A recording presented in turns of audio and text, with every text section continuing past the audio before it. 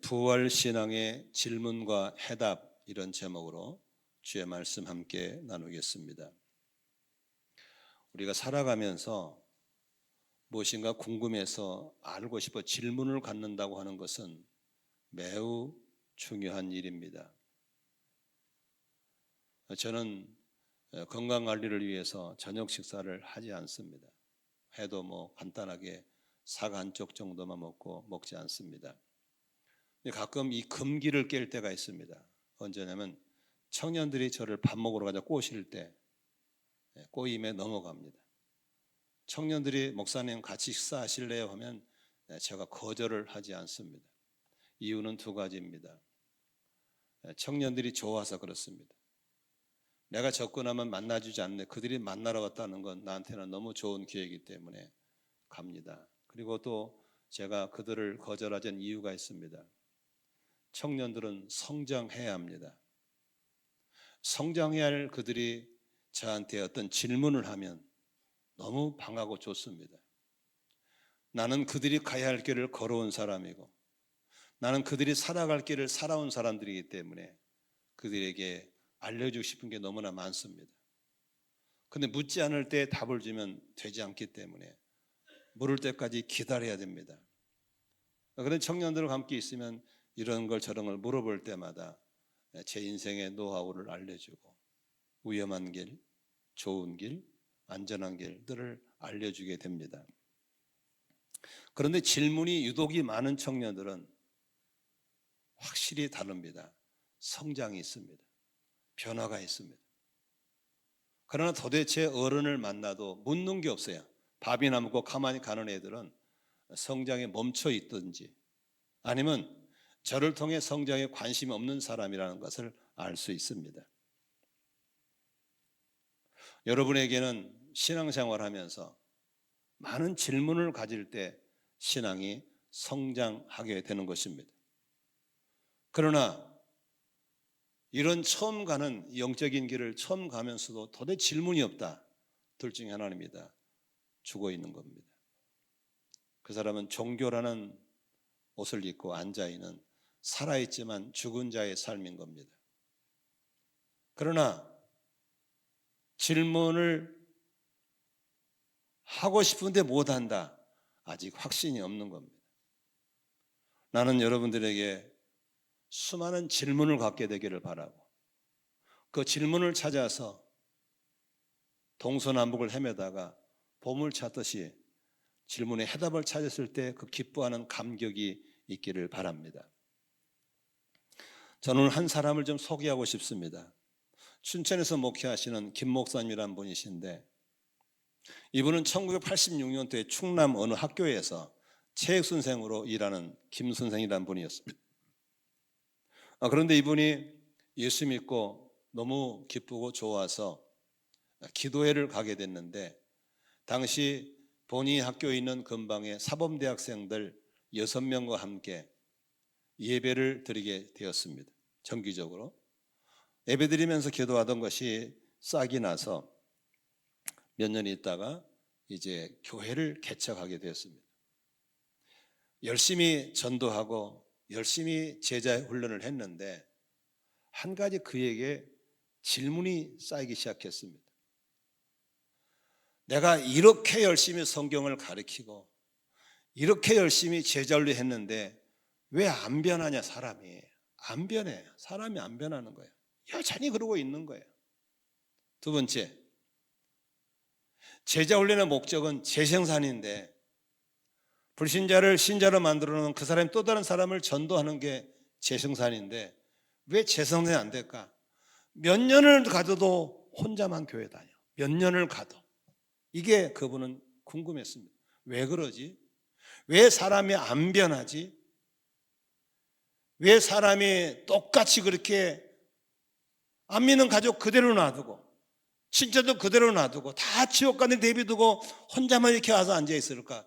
재생산이 안 되는 거에 대해서 이분이 질문이 쌓였습니다. 그래서 그게 목회를 하면서도 고민이었습니다. 언제까지 안 변하는 저분들하고 있어야 될까?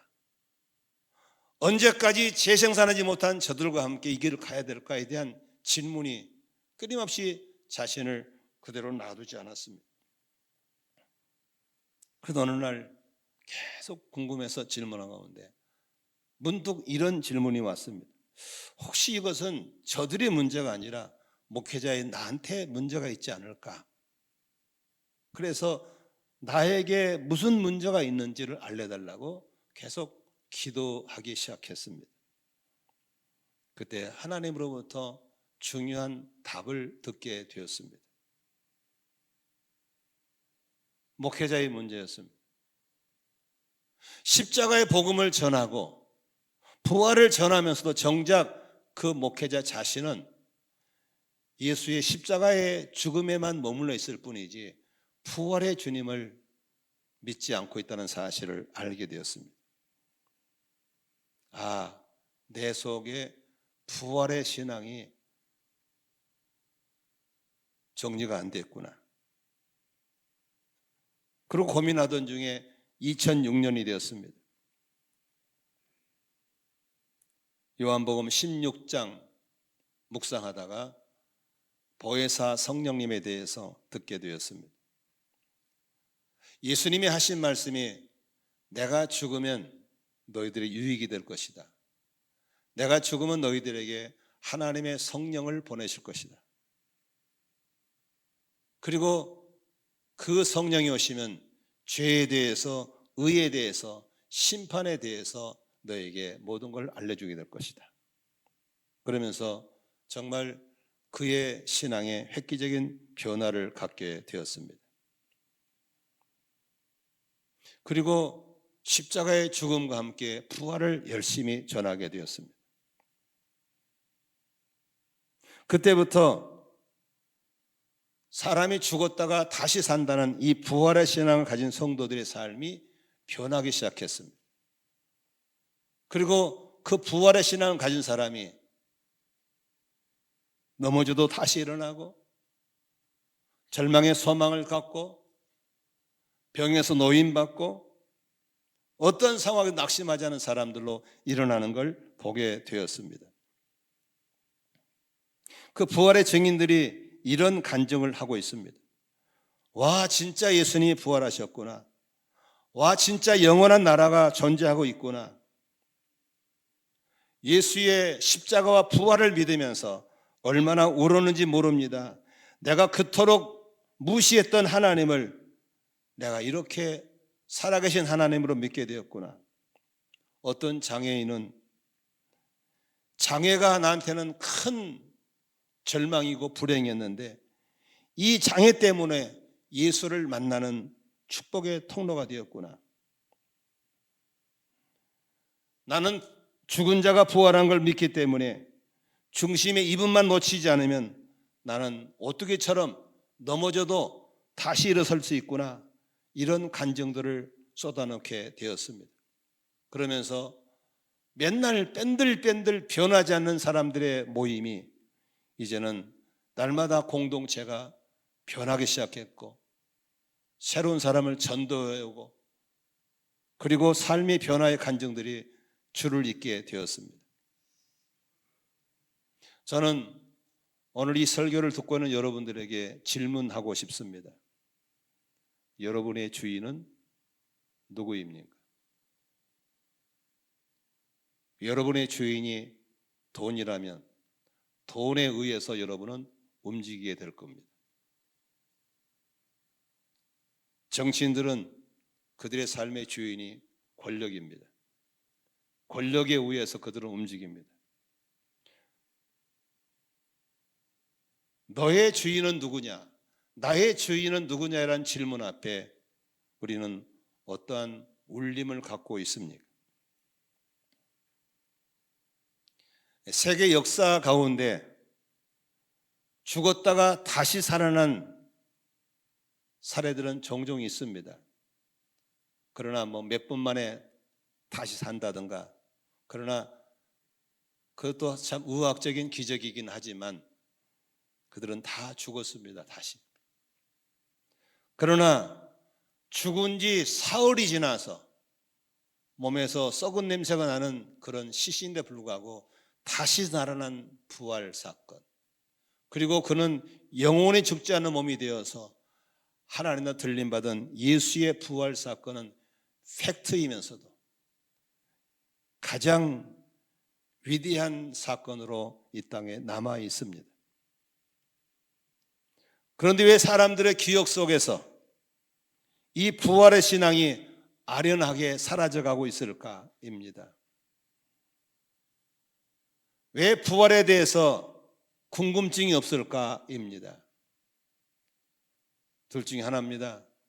죽었든지 죽지 않았다면 무관심하든지입니다. 그러나 끊임없이 우리는 진리에 대해서 질문을 가져야 합니다. 그 질문을 가질 때 답을 찾게 될 것이고, 그 질문을 통해 성장하게 될 것이고, 그 질문을 통해서 뺀들뺀들 안 바뀐 사람 변화되는 역사가 있을 것이고, 맨날 혼자만 있는 재생산하는 사람들이 다시 재생산의 열매를 맛보게 될 줄로 믿습니다. 오늘 고린도전서 15장은 부활장입니다. 바울이 고린도 교인들에게 부활에 대해서 장문의 편지를 썼습니다. 오늘 저는 이 15장 전체를 보면서 부활에 대해서 6가지 질문을 던지고 그 질문에 답을 찾고 싶습니다. 첫째 질문입니다. 예수의 부활하신 것을 어떻게 알 수 있겠냐? 예수가 부활했다는데 그걸 어떻게 알아? 이게 바로 첫 번째 질문입니다. 항상 우리는 무슨 사건이 생기면 증인을 찾아야 됩니다. 요새 사법부에서도 증인이 명료하지 않으면 심증만 갖고는 절대로 되지 않습니다. 정확한 증인이 있어야 됩니다. 오늘 바울 사도는 본문에서 예수가 죽은 것까지는 분명히 봤는데 다시 살아난 것을 본 증인들을 소개하고 있습니다. 15장 5절부터 8절까지 함께 읽겠습니다. 게바에게 나타나시고 다음에 12제자에게 나타나셨다고 하는 것입니다. 그 후에 그리스도께서는 한 번에 500명이 넘는 형제자매에게 나타나셨는데 그 가운데 더러는 세상을 떠났지만 대단 지금도 살아 있습니다. 다음에 야곱에게 나타나시고 그 다음에 모든 사람에 나타났습니다. 8절입니다. 나에게도 나타나셨습니다. 여기 등장한 부활의 증인들은 누굽니까? 베드로입니다. 야고보입니다. 바울입니다. 12사도입니다. 500의 형제에게 한순간에 한 장성 아닙니다. 예수님은 부활하신 다음에 40일 동안을 전국 곳곳을 다니시면서 본인이 죽었지만 다시 살아났다는 것을 보여주셨습니다. 여기서 베드로나 야고보나 바울의 인격을 볼 때 그 사람들이 안 본 걸 봤다고 거짓말할 사람들이 아니라는 것입니다. 더군다나 이 부활을 증언함으로 인해서 베드로나 바울과 야고보가 어떤 재물을 얻는다든지 명예를 얻을 수 있는 이권이 있는 것도 아닙니다. 오히려 봐도 모른 척 있으면 조용할 건데 봤다고 얘기했기 때문에 그들에게는 핍박이었고 고난이 오고 순교가 왔다는 사실을 성경은 보여주고 있습니다. 그럼에도 불구하고 그들은 봤다고 정확히 한 것은 팩트이기 때문에 그렇습니다. 예수님이 이 땅에 오셔서 십자가에 죽으신 것을 모두가 봤습니다. 무덤에 갇힌 것도 봤습니다. 그런데 3일 만에 살아나셔서 이곳에서도 저곳에서도 이 사람에게도 저 사람에게도 본인이 다시 살아났음을 증명해 보였다는 사실입니다. 이는 역사적인 증언 앞에 부활의 신앙을 갖게 되시기를 주의 이름으로 축원합니다. 두 번째 질문입니다. 예수님이 부활하시지 않았다면 어떤 결과가 생길 것인가의 질문입니다. 만일에 예수가 부활하지 않았는데도 불구하고 예수 믿으라고 그러고 예수가 살아있다고 그러면 그건 사기치는 겁니다. 사기치는 거죠. 법정에서 거짓말하면 얼마나 큰 벌이 온지 모릅니다. 하물며 하나님 앞에 전 세계 인류를 향해서 사기를 친다? 이것은 말도 안 되는 소리입니다. 오늘 15장 15절을 보겠습니다. 우리는 또한 하나님을 거짓되이 증언하는 자로 판명될 것입니다. 그것은 죽은 사람이 살아나는 일이 정말로 없다면 하나님께서 그리스도를 살리지 않았을 터인데, 하나님께서 그리스도를 살리셨다고 하나님에 대해 우리가 증언했기 때문입니다. 만일에 부활이 없다면 우리는 사기꾼들입니다. 동네에서 십자가 달아놓고 사기치는 저런 사기꾼 두목, 여러분은 사기꾼 협착자들입니다. 15장 14절에 이렇게 써 있습니다. 그리스도께서 살아나지 않으셨다면 우리의 선포도 헛되고 여러분의 믿음도 헛될 것입니다. 17절, 그리스도께서 살아나지 않으셨다면 여러분의 믿음은 헛된 것이 되고 여러분 아직도 죄 가운데 있을 것입니다. 입니다. 만일에 예수님이 부활하지 않았다면 우리는 지금 국제 사기꾼단에 속해 있는 것이고, 예수가 부활하지 않았다면 여전히 죄 가운데, 질병 가운데, 문제 가운데 묶여 있을 수밖에 없다고 하는 것입니다. 로마서 5장 12절에 바울은 이렇게 말하고 있습니다.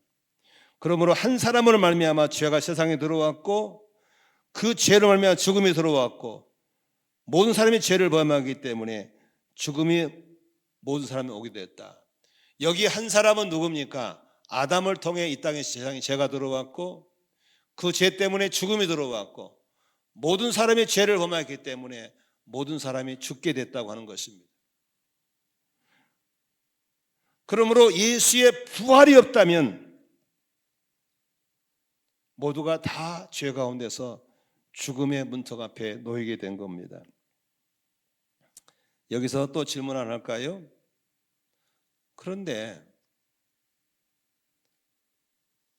불교를 만드신 석가모니님도, 유교를 만든 공자님도, 이슬람을 만든 마호메트도 수행을 많이 했지만 결국 죽고 무덤 속에서 못 나왔는데, 자기 죄 때문에 다 죽었는데 예수는 죄도 없다는 분이 왜 죽었습니까?에 대한 질문입니다. 이 질문에 대해서는 예수가 이 땅에 오시기 전에 700년 전에 아주 애언 기도를 잘하시는 이사야라는 분이 예수가 이 땅에 오신 목적에 대해서 예언을 한 게 있습니다. 그게 바로 이사야서 53장 5절입니다. 같이 한번 읽겠습니다. 그러나 그가 찔린 것은 우리의 허물 때문이고 그가 상처를 받은 것은 우리의 악함 때문이다. 그가 징계를 받음으로써 우리가 평화를 누리고 그가 매를 맞음으로써 우리의 병이 나았다. 여기서 그가 누굽니까? 앞으로 오실 예수를 말하는 겁니다. 여기 우리는 누굽니까? 바로 나입니다. 이 구절을 놓고 한번 그렇게 바꿔 읽어보겠습니다. 예수님이 찔린 것은 나 김영길의 허물 때문이고, 여러분 이름을 넣으세요. 같이 한번 해볼게요. 저를 따라, 저 이름 따라하면 안 돼요. 여러분 이름 하셔야 돼요. 같이 하겠습니다. 시작. 그러나 예수님이 찔린 것은 김영길의 허물 때문이고 예수님이 상처를 받은 것은 김영길의 악함 때문이다.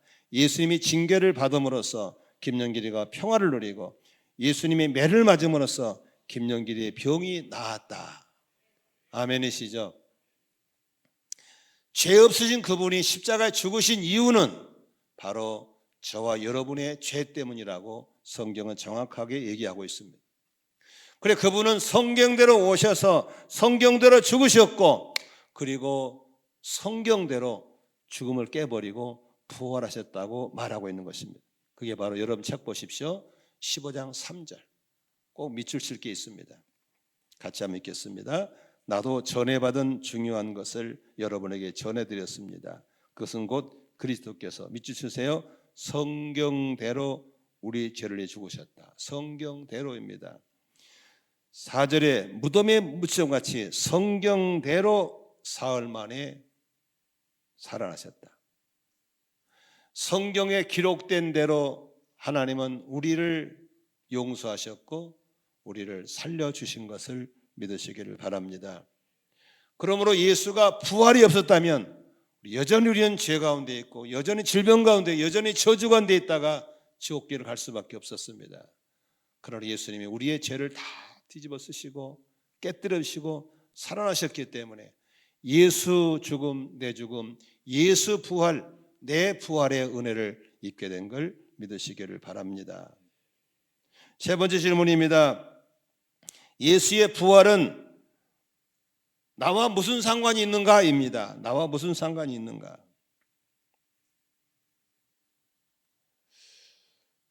여러분, 이단 중에 영지주의라는 이단이 있어요. 이게 기독교 비슷한데 이단이에요. 이것은 영적인 부활을 믿지만 몸의 부활을 안 믿는 사람들이에요. 그래서 그 사람들은 몸을 학대하고 몸을 아무나 팽개쳐버리고 그런 사람들이에요. 영만 중요하니까. 그건 전혀 성경이 말하는 기독교가 아닙니다. 우리 한국 교회에는 어떤 위험이 있냐면 고려시대의 불교 400년, 유교시대의 조선시대 유교 600년, 1000년을 불교, 유교의 영향을 받아 살아온 나라가 우리 민족입니다. 그러다 보니까 여러분이 아무리 부인한다 하더라도 우리는 대대로 내려온 이 민족 특성상 영적인 부활은 믿어요. 영혼의 존재는 믿어, 영혼의 존재. 그래서 그 영혼의 존재를 믿기 때문에 귀신에게 제사도 드리고 다 하잖아요. 그게 우리는 조상신을 믿고, 그래서 뭐 추석 때면 전국적으로 조상신 묘에 가잖아요. 이게 다 국민성에 있는 겁니다. 그러다 보니까 성도들 가운데서도 불교의 영향을 받아온 사람들은 영혼의 존재를 믿어요, 그냥. 그런데 육체의 부활을 얘기하면 아예 안 믿으려고 그래요. 여러분, 성경책 앞장 남기면 사도신경이 있거든요. 한번 펴보세요. 여러분 맨날 고백한 사도신경이 뭐라고 고백해요? 사도신경 고백하잖아요. 뭘 고백합니까? 여기 써 있잖아. 밑에 끝부분에. 뭘 고백해요? 죄를 용서받는 것과 뭘과? 부활은 버리는 무슨 부활? 몸의 부활입니다. 다시 보세요. 우리 몸이 부활함, 우리 몸이 죽은 몸이 다시 살아나고 병든 몸이 깨끗한 몸으로 바뀌어지는 것을 몸의 부활로 말하는 것을 믿으시기를 바랍니다. 그러므로 사도 바울이 우리에게 말하는 부활은 영적인 부활이 아니라 영적인 부활이 몸의 부활입니다. 이제 사도신경 할 때 좀 유념해서 그 부분을 고백하시기를 바랍니다. 아멘. 몸의 부활입니다.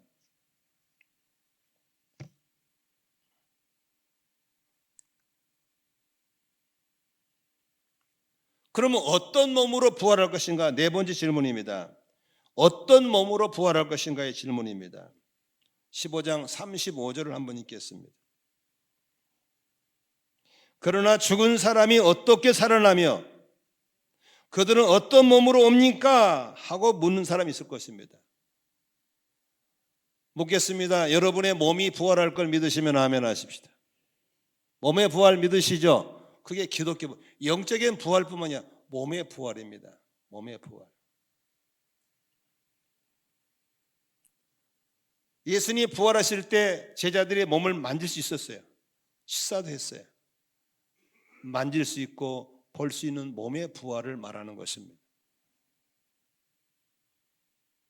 그런데 오늘 부활할 때는 어떤 몸으로 부활하냐? 따라합시다. 영광스러운 몸으로 부활한다. 여기에 대해서 15장 37절 38절에는 구체적인 설명을 했습니다. 한번 같이 읽겠습니다.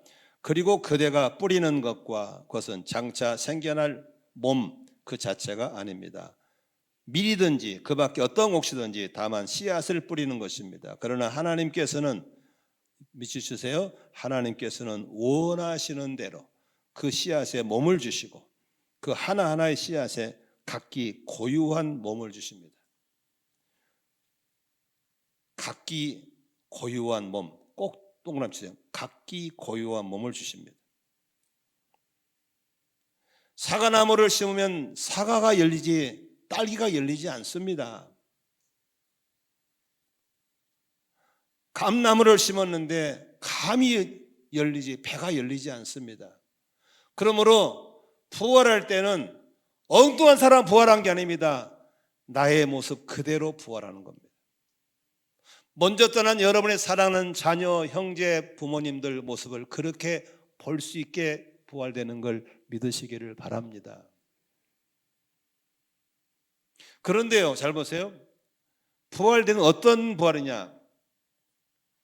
꾀죄지하고 삐쩍 마르고 뚱뚱하고 이게 아닙니다. 완전히 바뀌어서 가장 아름다운 모습으로 바뀌어지는 겁니다.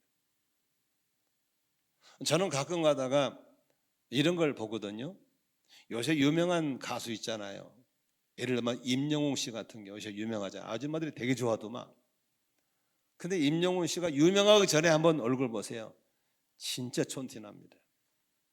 완전 포천 촌사람 같아요. 요새는요 얼마나 따뜻한지 몰라요. 진짜 멋있어요. 아줌마들 좋아하게 생겼더라고. 근데 왜 그러냐면 코디들이 자꾸 다듬어요. 자꾸 다듬으니까 그 사람의 가장 장점이 자꾸 부각되게, 단점은 자꾸 가려지게 돼 멋있는 거예요.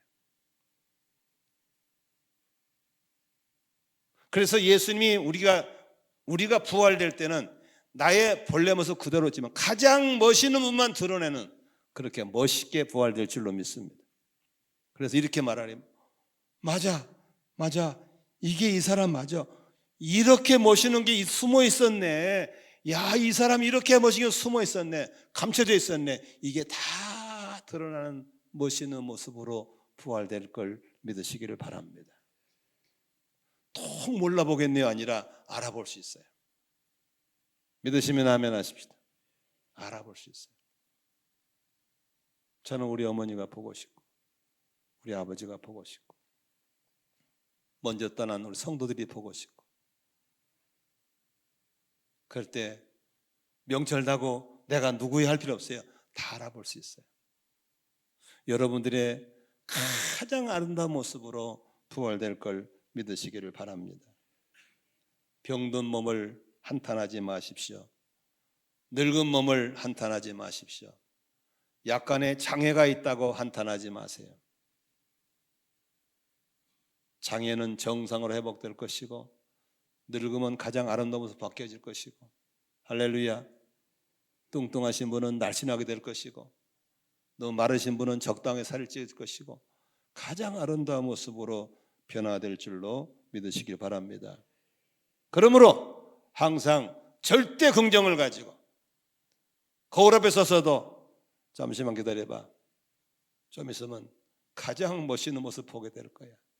이렇게 자기 자신에 대한 자긍심을 가지고 할렐루야 힘을 내시고 살아가시기를 주의 이름으로 축원합니다. 다섯 번째 질문입니다. 부활한 후에는 어떤 삶이 전개될 것인가입니다.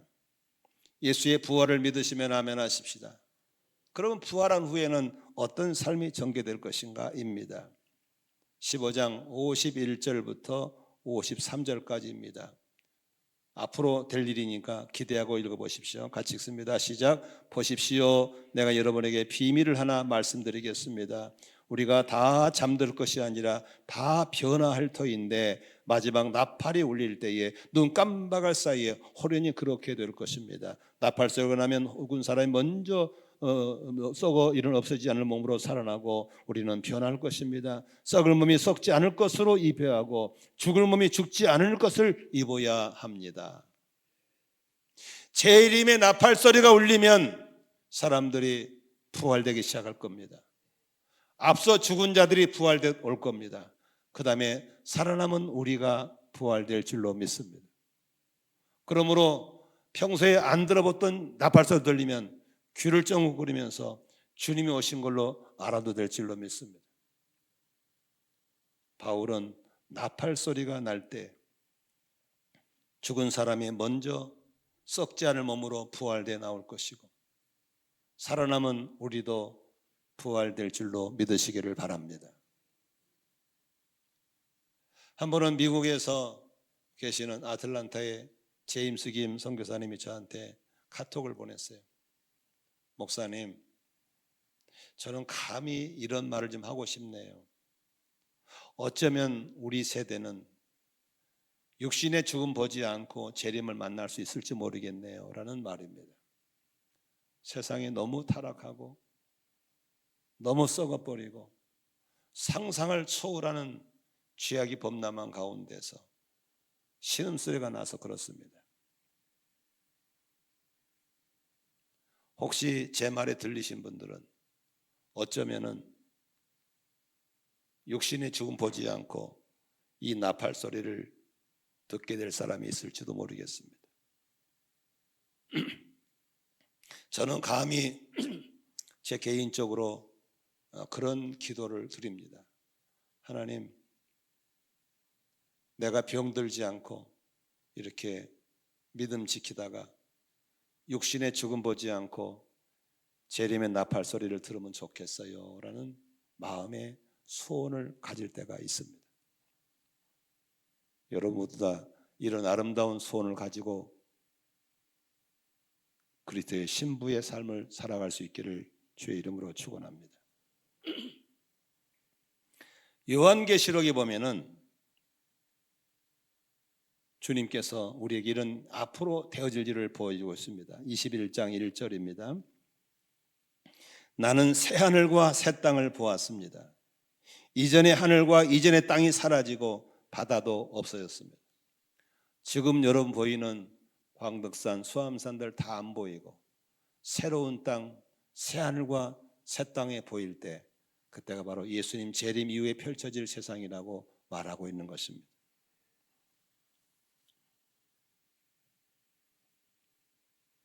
우리 그때 21장 3절부터 앞으로 전개될 세상이니까 기대감을 가지고 읽어보겠습니다. 4절까지 시작. 그때에 나는 보좌에서 큰 음성이 흘러나오는 걸 들었습니다. 보아라, 하나님의 집이 사람들 가운데 있다. 하나님이 그들과 함께 계실 것이요 그들은 하나님의 백성이 될 것이다.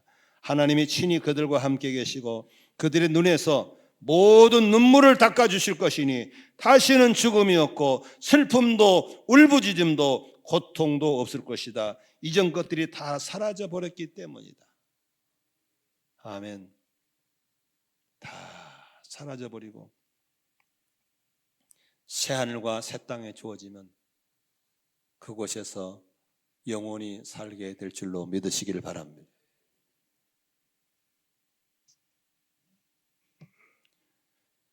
새 하늘과 새 땅이 열리면 새로운 잔치가 열리는데 요한계시록 19장 6절 7절에 이것도 앞으로 될 일이기 때문에 한번 봐두십시다. 같이 읽습니다. 또 나는 큰 무리의 음성을 갖기도 하고 큰 물소리 같기도 하고 우렁찬 천둥소리 같기도 한 소리를 들었습니다. 큰 소리로 할렐루야, 주 우리 하나님 전능하신 분께서 왕권을 잡으셨다. 기뻐하고 즐거워하며 하나님께 영광을 돌리자. 어린 양의 혼인날이 이르렀다. 그의 신부는 단장을 끝냈다. 여기 보면은 혼인날에 그의 신부가 누구겠습니까? 재림하실 예수의 신부는 저와 여러분인 걸 믿으시기를 바랍니다.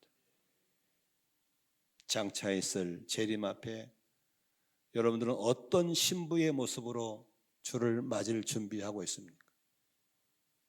세상에 취하고 썩은 죄악에 취해서 혼미한 가운데 주님이 오셔도 못 알아본다면 부끄러운 구원이 될 것입니다.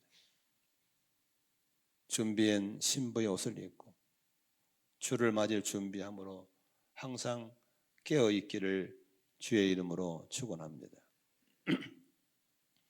몇 주 전에 아프리카 케냐에서 사역하다 돌아가신 길륜제 선교사님,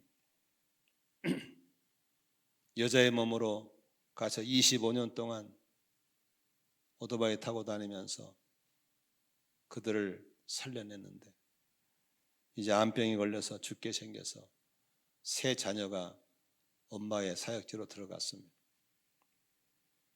그때 엄마가 자녀들에게 한 말이 있습니다. 나는 장차 오실, 장차 만날 주님의 신부로서 너무나 부족함이 많다. 그러나 조금이라도 다듬고 좋은 모습으로 주를 만나려고 신부로 준비하며 살아왔다. 그때 그 세 자녀 중에 아들이 그 자리에서 약속합니다. 엄마가 세상을 떠나면 이 선교지 제가 지키겠습니다. 누나, 아들, 여동생, 근데 가운데 아들이 이번에 들어가기로 했다고 합니다. 재림하신 이후에 주님이 만나고 새하늘과 새 땅에서 잔치가 열릴 때 소돔 땅에 유황벌이 떨어진다니까 미련을 버리지 못하고 뒤를 돌아보다가 소금 기둥에 있던 노새처처럼 되지 말고, 이런 복음을 전하니까 노새 사이들처럼 농담으로 여기지 말고 영원히 변해지는 진리의 말씀 위에 신앙을 세워나가기를 주의 이름으로 축원합니다. 마지막 질문입니다. 그렇다면 부활을 믿는 사람은 어떻게 살아갈 것인가? 예수가 이 땅에 오실 때 몸의 부활을 믿으신 분 한번 아멘 하십시다. 다시 한번 몸의 부활을 믿으신 분만 아멘.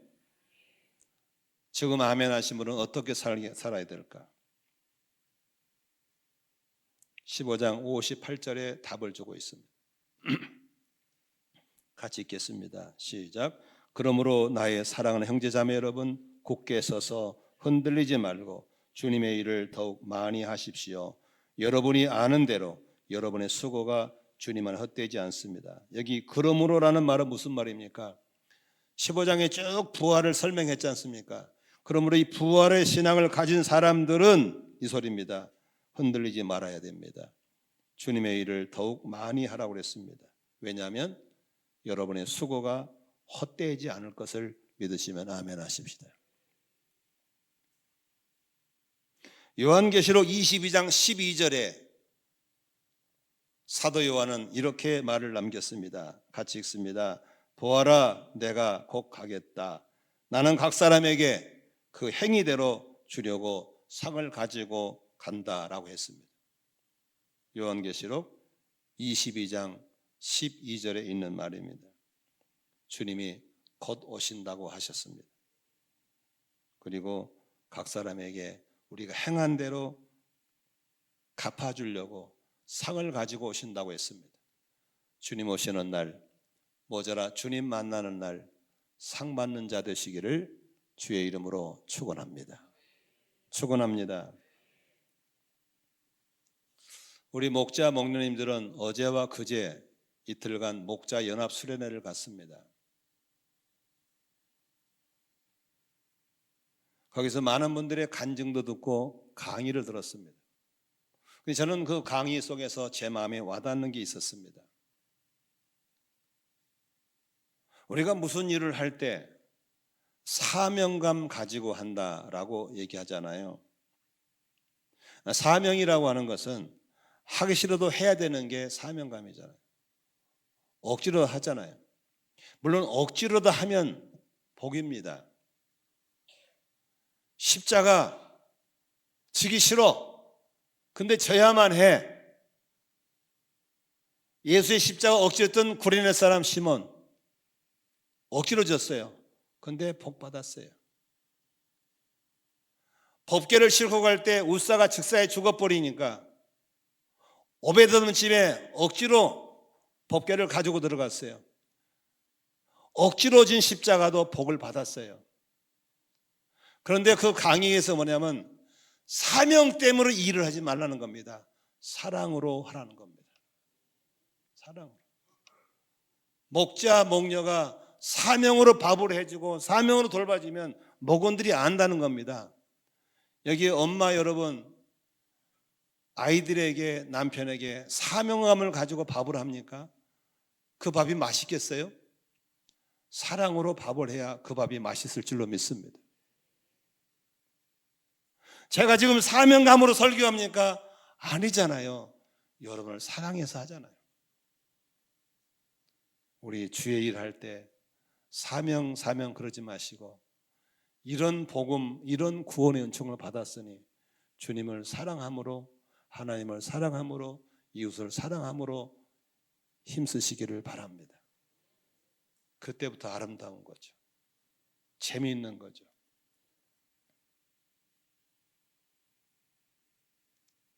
부활의 신앙이 희석되어지고 있고 세상은 갈수록 화려하고 요동치는 가운데 인간은 점점 타락해서 각종 질병으로 죽어가는 이때에 그 김성로 목사님이 고민했던 질문, 왜 예수 믿는데 안 바뀌지? 그렇게 오래 믿었는데 왜 재생산이 없지? 질문의 답은 하나입니다. 부활의 신앙이었기 때문입니다. 왜 얼음 당하면 누워서 허우적거려 못 일어나지? 왜 시험 들어서 몇 달째 누워만 있지? 부활의 신앙이었기 때문입니다. 부활의 신앙은 넘어져도 일어서게 하는 오뚜기 신앙입니다. 질병을 가진 분들, 장애를 가진 분도 낙심하지 않습니다. 조금만 있으면 coming soon, 곧 온다. 주님 오시는 날 우리 먼저 간 가족들, 형제, 성도님들 다 부활의 몸으로 만나게 될 걸 믿으시면 아멘 하십시다. 그때까지 열심히 사는 겁니다. 그때까지 주일하는 겁니다. 아멘이시죠? 여러분, 주님이 언제 재림할지 모르지만 괜히 믿음 있는 척하지 마시고 오늘 저녁에라도 나팔소리 나면 우리는 변화된 모습으로 들림받게 될 걸 믿으시기를 바랍니다. 할렐루야. 부활의 신앙으로 부활의 증인들로 세워진 우리 안산 만나 공동체가 될 수 있기를 주의 이름으로 축원합니다. 부활의 증인들로 모여진 여러분의 목장이 되시기를 바랍니다. 부활의 증인들로 채워진 여러분의 가족이 되시기를 바랍니다. 세상이 무서울 게 없습니다. 누릴 게 없습니다. 왜? 넘어져? 다시 일어나. 장애 좀 있으면 다 바뀔 거야. 죽음의 추함 가장 아름다운 모습으로 바뀌어질 거야. 할렐루야. 부활의 신앙 때문에 수많은 성도들이 고난 당했지만 다 승리했습니다. 시간이 지났지만 요즘 제가 늘 품고 있는 한 가지 내 생각을 좀 나누고 싶습니다. 저는 늘 걸으면서 기도를 많이 합니다. 내 안에 하나님의 성령이 계신 걸 믿습니다. 늘 그분과 제가 자문자답을 합니다.